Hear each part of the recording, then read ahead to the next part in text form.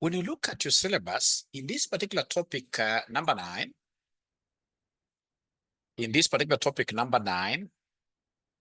no, actually number 14, is it number 14? No, I'm reading a wrong one here, but we shall overcome. So let me come here and look for advanced financial management.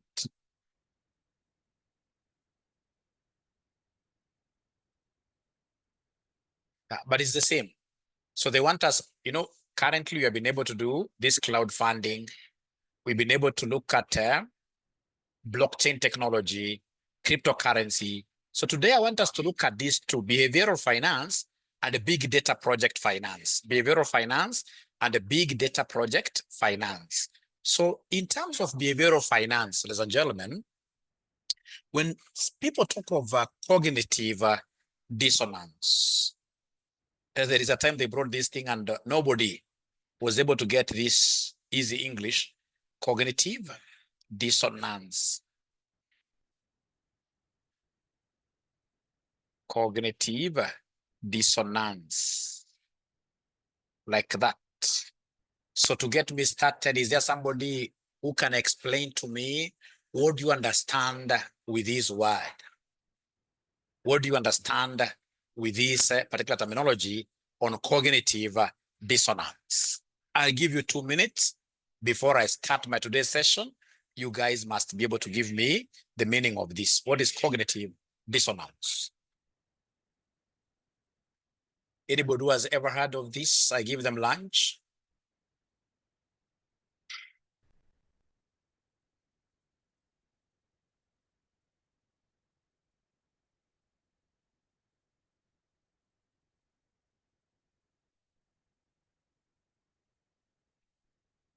I'm giving you exactly 1 minute as an icebreaker, as an opener. Because when they brought it here some time back, nobody was able to get this.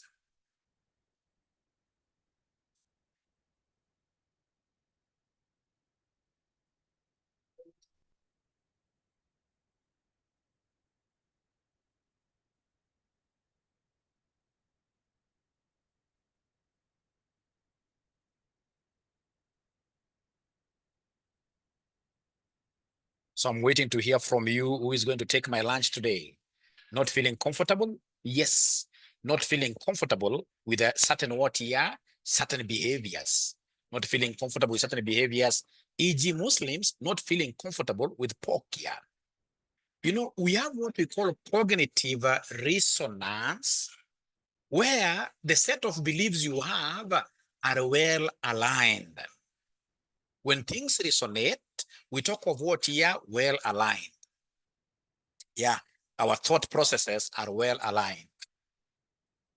But when we experience what we call dissonance, it means disagreements in our thoughts, in our beliefs.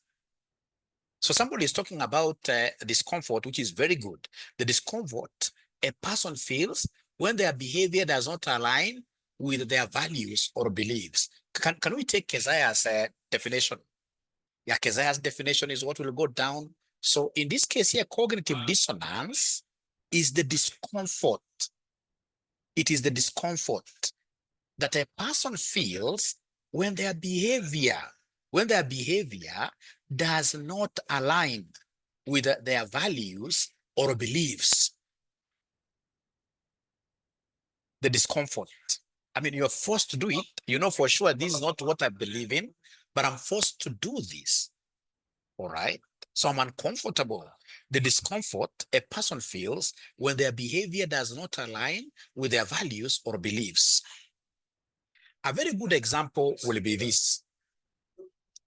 You are running a business, for example, like RCM, and you know for sure your teachers needs to be paid better. They need to be paid much, much better. This is a bad example. You don't do it that way, but just an example for you to see. And then you are the director, assuming you are Joshua Ura here. So you have like, say, 20 million Kenya shillings in the bank account belonging to RCM. Now, with this 20 million, when you're walking around, you get somebody who is selling a very, very serious property. So this property perhaps could be going for 18 million, and you can see some future value out of it. But you know for sure, if you commit this money to this property, then you will not be able to pay your teachers. So then at the back of your mind, you really be uncomfortable as you buy what here, as you buy this particular property. So here we have what we call competing thoughts, which are not aligned. All right. Just like, for example, if you look at what we call balance scorecard. I hope you guys are able to hear me. I hope you guys are able to hear Mwalimu, because I've seen a signal on my internet. Are you able to hear Mwalimu? Today people are getting lunch. Yeah, you are guilty. I like that, Francis. Yeah, clear. Thank you very much. Thank you very much. So you are guilty, sort of. And we always find ourselves in this particular area every now and then. When in this case here, there are conflicts between our thoughts. We have cognitive dissonance even between couples. So you get some money, your wife wants you to put this kind of a structure, and then maybe as I'm there, you'd want to go and clobber 1 or 2 bottles somewhere with friends. So, and then you start in this case here fights in between. So cognitive dissonance could be for you alone. It could be for the whole government, where, for example, you are telling people that the economy is improving, but yet you know for sure that things on the ground are not working. Yeah, your thoughts are not resonating with reality. The belief systems are very different, and yet it is one body that has to execute. So this cognitive dissonance comes in very well, ladies and gentlemen. Yani unasema kwamba vitu kwa ground ni tofauti. Tunasikia kitu kama hiyo. Vitu kwa ground ni tofauti. Ladies and gentlemen, even before I introduce my today's topic, please listen. This cognitive dissonance, even in terms of our investments, normally what happens, you see people online saying that all of us should go and, for example, plant this kind of a crop. That when you plant this kind of a crop, you will get in this case here 20 million, 30 million. And then you start in this case here, preparing your capacity, your mental processes, knowing that, once in this case here, I put in this money, I'll become, in this case here, a multimillionaire. You go in and invest. Once you invest, you start in this case, you're getting confused, because in this case, what was going on in your mind is not what you have found on the ground. Things are very different. So in this case, you shall be able to experience what we call cognitive dissonance. It's quite a bad situation, especially when the things are very serious. When the difference is so serious, it can affect you mentally. It can affect you mentally. I'm so sure even in this group, there must be somebody who went into this business of quails. Is there somebody who remembers the quails business? Could we be having anybody who remembers the quails business? Anybody who could be remembering the quails business? Quails business. That's not the spelling, but already the message is at home. So you went there expecting this profit, but you are getting almost nothing. You're even forced to start eating your own birds. We shall overcome. So cognitive falls in this chapter, very important chapter that we shall be looking at today. Very important chapter that we shall be looking at today, as behavioral finance. Known as behavioral finance. Behavioral finance. Psychological finance. So with that introduction, mine will be to read for you pretty first. So behavioral finance is a field that now combines psychology and finance to understand how emotional, cognitive, and social factors influence financial decisions. It challenges the assumption that individuals always make rational, logical decisions in markets. Key concepts: cognitive biases, mental shortcuts that lead to errors in judgment. Examples: people are overconfident. When you are overconfident, you'll not be able to do your due diligence very well. Belief that one's knowledge or ability is better than it is. Yeah, you believe that, I'm very well versed in this industry. Whatever decision I make will be okay. And then it ends up in a dissonance way. Then we have anchoring. Anchoring is very, very bad because under anchoring, you will tend to rely on the piece of information that you encountered at the very first. So like now today, I'm in Kajiado. I love Kajiado County because this is where I operate from, right? It's a very good county, all right? Right? So you come here, you get to see, for example, a very good piece of land somewhere. And then, ladies and gentlemen, you simply get to believe that, if that person tells you I'm selling to you this thing at 2 million, if you are anchored onto the belief that this is the very best land, you will not be able to make the correct decisions. That's a behavioral aspect here. I mean, we have a lot of land in Kenya. Why should you be fixed on something? That if you're a man, for example, you see a girl and say that this is the very best, that is anchoring. You know, an anchor is a point of what your point of reference. Once you are anchored, you are like a ship that is tethered. You keep on revolving around there, forgetting that there could be other greener pastures. Anchoring, very, very important. Anchoring can make you get into dissonance. You must be an open-minded investor. All right. At times, in this case, you walk around, tell these guys that I have to look around. All right.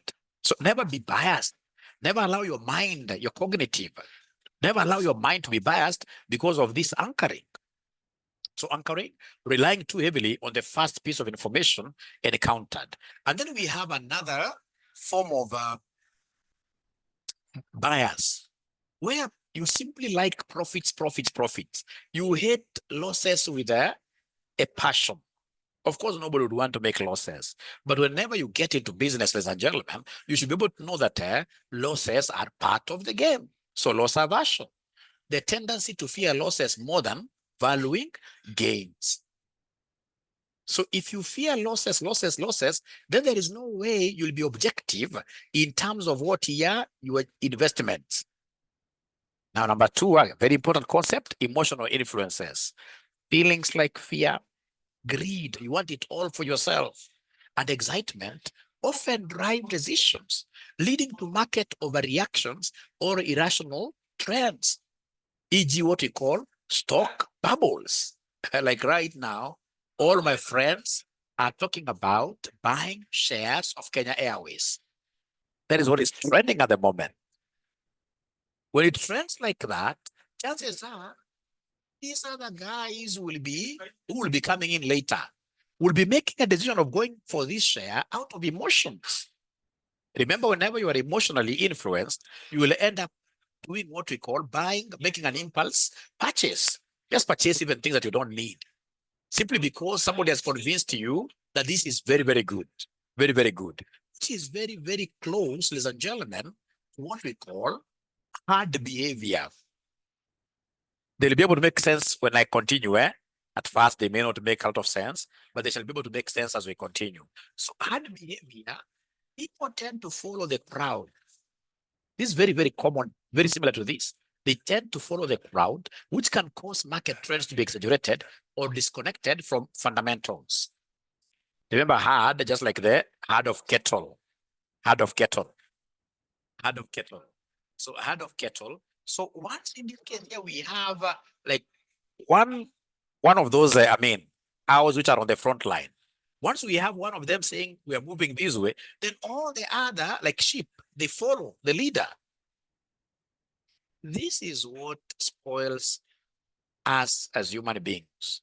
You get one person tells you that there is everything nice about Shakahola. Let's go to Shakahola, all of us. And then you start getting people moving. They follow this person here. When they follow this person to this particular area, the price of land there will increase.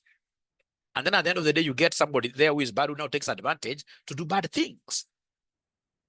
Ladies and gentlemen, at times, in terms of finance, for you to be objective in whatever you're doing, it will at times call upon you to make individual decisions. You must call at times yourself into a meeting. In this case, here, those many thoughts in your mind. You don't have to be shepherded by anybody like a herd of a cattle. I can't start a business. I can't start a business A, simply because I've seen in this case here, my friend has been doing very well in business A. Yeah, I can reshare again, no problem. All right.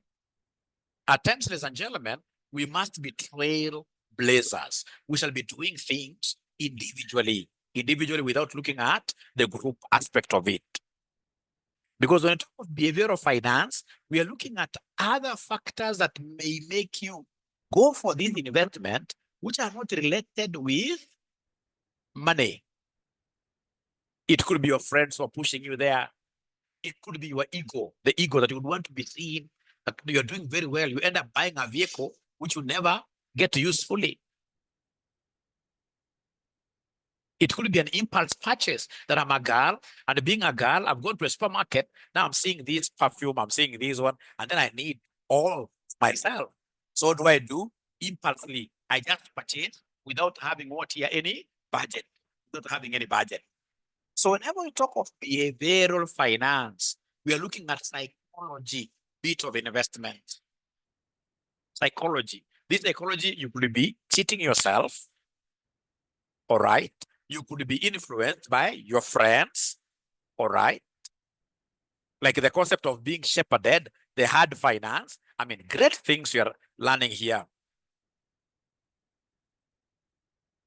So hard behavior, people tend to follow the crowd, which can cause market trends to be exaggerated or disconnected from fundamentals. Framing effect, decisions are influenced by how information is presented, e.g. gains versus losses, or positives versus what are negative framing. This framing is quite a common thing. Like when Safaricom wanted to do its initial public offering, IPO, what did they do? They gave us a very good prospectus. A prospectus that showed us that really Safaricom is a company on the run, on the move, good moves. So they framed a story and we were able to buy the story. We bought into the story. We put the shares, we oversubscribed. So it's called framing.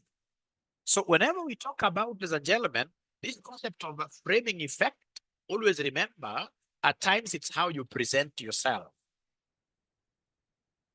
The reality may not be what we expect, but the presentation is quite important. The presentation is quite important. Let me just allow me to share this document. 1 minute, I just share this document here. Contemporary issues in finance. Please don't take any notes, just struggle to understand my explanations and everything will be okay. You'll be able to answer this in your own way, in a very good way in an exam. So I've shared, I hope this student has been able to see. Then we have what we call mental accounting, yeah? From the word accounting, mental.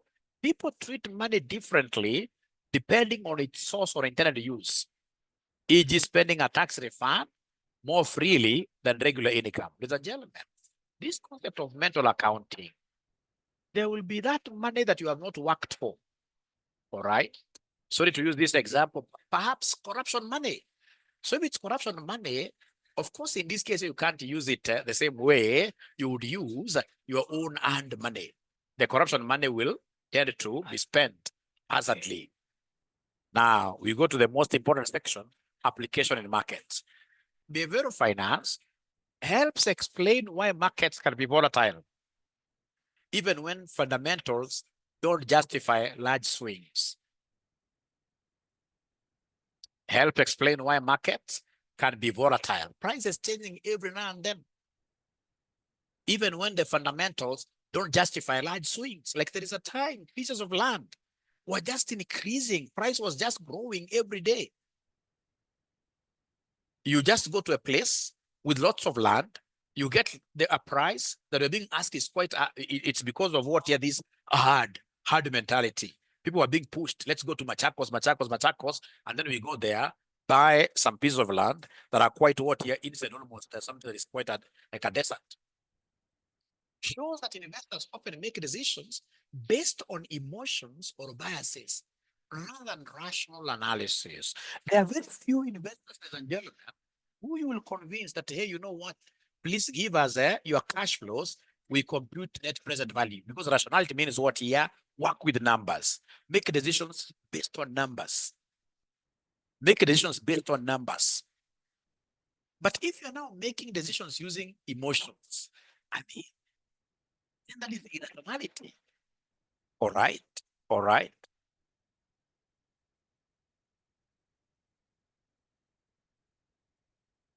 Rather than rational analysis. So the most important thing, you'll be asked this question for 3 marks about behavioral finance. Behavioral finance. If you're today asked to describe what behavioral finance is in 2 minutes without making reference to any place, now I'm looking for the third person to give lunch. Today I'm giving lunch. Today I'm giving lunch. What will you tell us, ladies and gentlemen, in lab set? Yes. What will you tell us, ladies and gentlemen, is behavioral finance in your own language? What is behavioral finance in your own language? Yeah, Hardik. Just type something there. Please try to type. You always have so now I'm giving you a reflection moment to look back, and I mean, Mwalimu has used over 1,000 words. What am I able to remember? What is behavioral finance?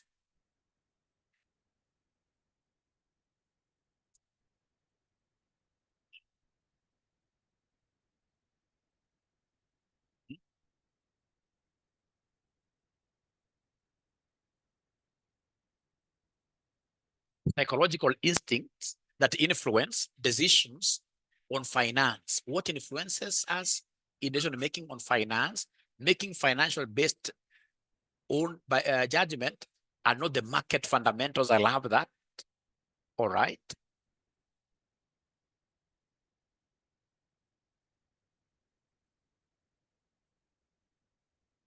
If I may just mention something, ladies and gentlemen, whenever we talk of behavioral finance, we are looking at our investment choices. What is really affecting us as we make these choices here? If whatever influences us is not mathematical, is not monetary, all right? It is these other things. Then we are bringing in our emotions, our psychological effects into investments. And at times in this case here, yes, you can't blame anybody. We shall be able to make investment decisions on the basis of our psychology, on the basis of our emotions, on the basis of impulse, because we're being pushed internally because of our ego. We would want to show people that we are doing very, very well. So we end up making wrong decisions. Wrong decisions. At times it could be good. Wrong decisions. And we could also be influenced from outside by our friends, the harding concept.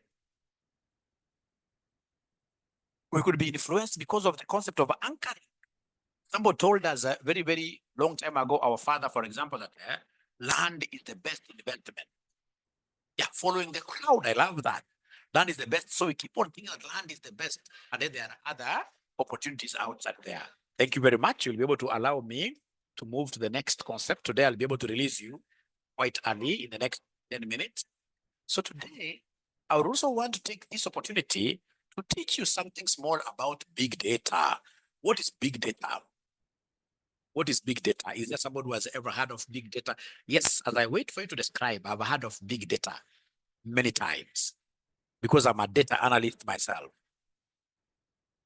So you talk of big data, this is voluminous data being generated by or for companies. And this data must be coming from these companies or to these companies at a very high speed. We call it velocity. Velocity. Look at, for example, EFDL today. If you go to, actually, let's just come back. If you go to CASNEB today, CASNEB, if they wanted to harvest the data that is going to them, it will be big data. There are students who are commenting on their social handles. There are students who are sending them emails. There are students, in this case, who are calling them, right? All right. Yeah, you can see this student has been able to give us, ladies and gentlemen, in this case, a definition here, extremely large and diverse collections of structured and unstructured and semi-structured data that continues to grow exponentially over time. over time. Over time. Great. Great. Great. I'm waiting to hear whether there is anybody who will be able to give me any other kind of definition of big data. But the most important thing, it must be voluminous. It must be coming to us at a very high speed. And for us to call it big data, it must be valuable. It must be valuable. It must be able to enable us make improvement in our processes as a company. Big data. So then allow me to simply come here and share my screen. And then you guys will be able to select the students who feel that today they have participated a lot for them to get my lunch. So big data in finance refers to the use of vast amounts of structured and unstructured data to enhance financial decision-making, risk management, and operational efficiency. It enables accurate forecasting, personalized services, and a quicker decision-making. Then we have what we call the 5 V's of big data. The moment you use any three, volume, the sheer amount of data being generated, e.g. the transactions data, social media posts, market prices, example stock market data generated every second from multiple exchanges globally. Velocity, the speed at which data is generated and processed. Example, high frequency trading where decisions are made in microseconds based on real-time data. Variety, like Isaiah told us there, we have this thing of structured, unstructured, and semi-structured. The different types of data, structured, unstructured, semi-structured. Example, financial news articles, social media posts, and the company earning reports, in addition to the traditional spreadsheets or databases. So as we're going to see what goes to a database, ladies and gentlemen, that will be structured. Because from a database, you can query using what we call SQL, structured query language. You can query, that becomes structured. But if it is students in this case here, for example, are trying to throw some not so nice words to customer, that will be unstructured. Because there is no way you'll be able to put that information, for example, into some instrument, and then you analyze them, you count them, all right? So we have others even showing emojis. Those are others are semi. We will look at that, but for us to talk of big data, we must have a variety of data. Some data must be structured, other data must be unstructured, other data must be semi-structured. If that variety is missing, then automatically we can't call that big data. No, we can't call that big data. Then we have veracity. Veracity is all about reliability, the quality and reliability of the data. Example, data verification tools that help ensure financial reports or stock prices are accurate. So veracity is about faithful representation. It's about truthfulness. If you have big data that is untrue, then that can't be called big data. Value, extracting meaningful insights from this vast data. We must be able to extract data. I remember one time, ladies and gentlemen, now, ODM went to court. In this case here, they were saying that William Ruto had not won elections. And then they were given lots of data. Yeah. And then they were told, in this case, these lots of data, you go ahead and get whatever you want to demonstrate to us from this big data within like a day or 2 days. I mean, the data was huge. Were they able to get, in this case here, any insights out of that data? The judge said that whatever they were giving out was hot air. All right. So remember, this can only be valuable if we are able to draw insights that can influence our decision making. But what I know where ODM went wrong, they never went for very, very qualified database analysts. If they came to some of us, I'm very good in SQL. I'm very good in my SQL. I would have, in this case, for example, been able to trace Jose Camargo. How many times Jose Camargo was able to punch into the database? What was he able to change there?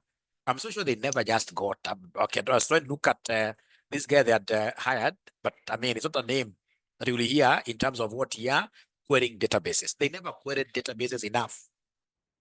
For example, I would have wanted to know how many people were in the deaths register and they are still on the database of IBC. That would have been a very good ground. Could we be having, in this case, even some people who never voted, rather who voted, and then they don't even have national IDs? All right. They could have hired like 20 database experts, database engineers to query. But the most important thing, ladies and gentlemen, and you should never forget the 5 V's. Let me see whether there are students who are trying to follow. Is there somebody who remembers any V? Any V, the 5 V's, the 5 V's. Any student who is able to remember? Yeah, wild goose chase, great.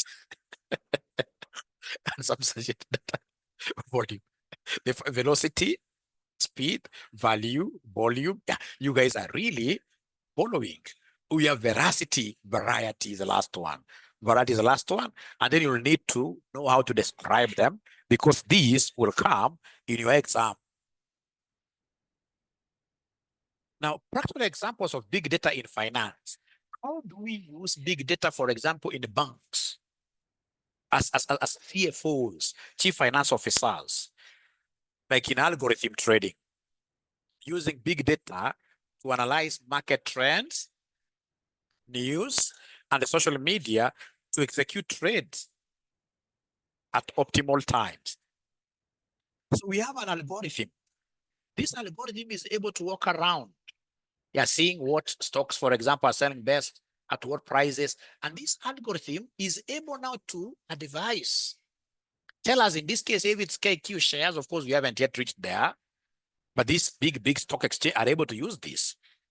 All right, they're able to use this. Risk management, analyzing vast data sets to assess potential risks and predict financial crises or market downtimes. Ladies and gentlemen, remember how banks, banks nowadays, they simply look at, for example, data from their customers. They're able to know who withdrew what at what time.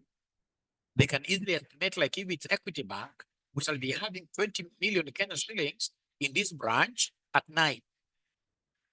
Because this is the time when the people are moving around. I mean, like if it's Friday evening, people would want to make withdrawals. All right. So we are able to use, ladies and gentlemen, this concept of big data analysis or data analytics to do risk management. Risk management, we are able, ladies and gentlemen, to use big data analytics for purpose of fraud detection, analyze transactions patterns in real time to detect anomalies and prevent fraud, e.g. credit card companies analyzing spending patterns to detect unauthorized transactions. Like this morning, I just found something on my email. We just try to get it very fast. I show you these things, you need to see them practically. So my Gmail.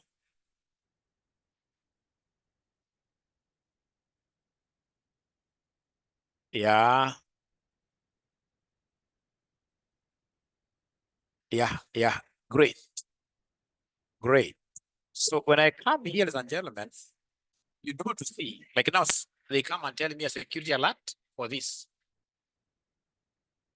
And you sign in on Windows. And I mean, I don't have these Windows kind of a phone here, or rather kind of, a new sign on Windows, etc.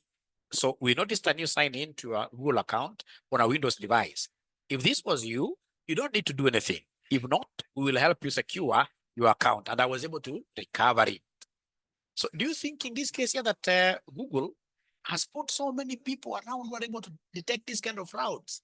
No, it is algorithms. It is what we call machine learning. Machine learning. All right.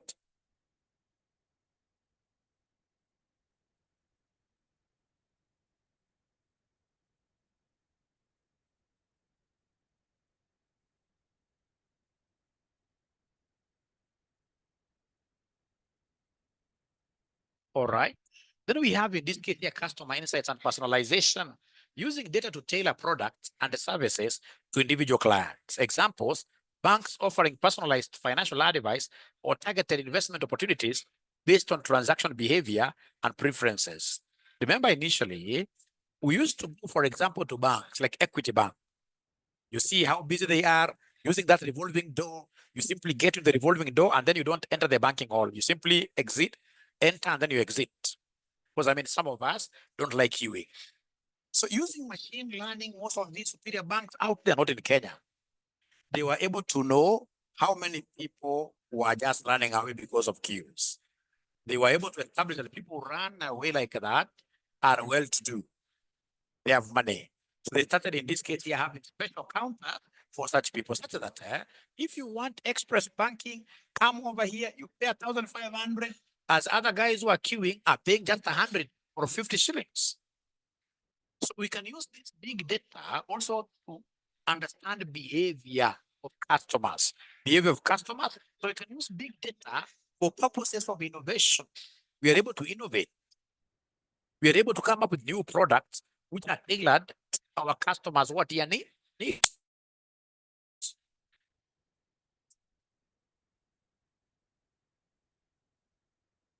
So last but not least, ladies and gentlemen, we have sentiment analysis, analyzing social media, news, and other unstructured data sources to gauge market sentiments and make investment decisions. Example, using Twitter data to predict stock movements or economic events. What are people saying about RCM outside there? So for example, people are saying about RCM out there, ladies and gentlemen, we have a big data analysis tool ourselves. We have in this case here what we call Zoho. We just get it. Zoho Analytics. Yeah, they have a very good tool. Zoho Analytics.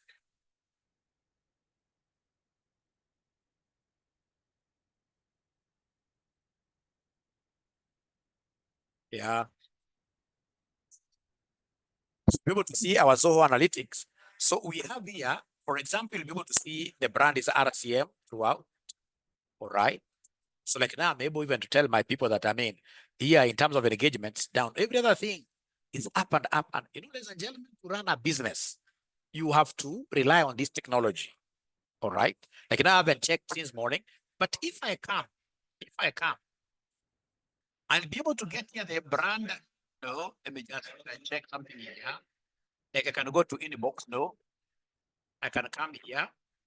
Just a moment. Connections, collaborate. No. I want to show you, for example, how we are even able to see how our competitors are doing. Let me check here with monitor. We have people, experts who run this. So like, for example, we can easily see how many times RCM has been mentioned. Oops. Like mentioned here, yes. How many times have we been mentioned here? Yeah, like I can see Job Kenyani has mentioned that. Right. Now, you see, these are algorithms. I'm not very good at using it because basically for me, what I normally do is to provide high level management. So now the social media, I'm able to see, for example, was not answered our Facebook pages, what is not happening in the general trends.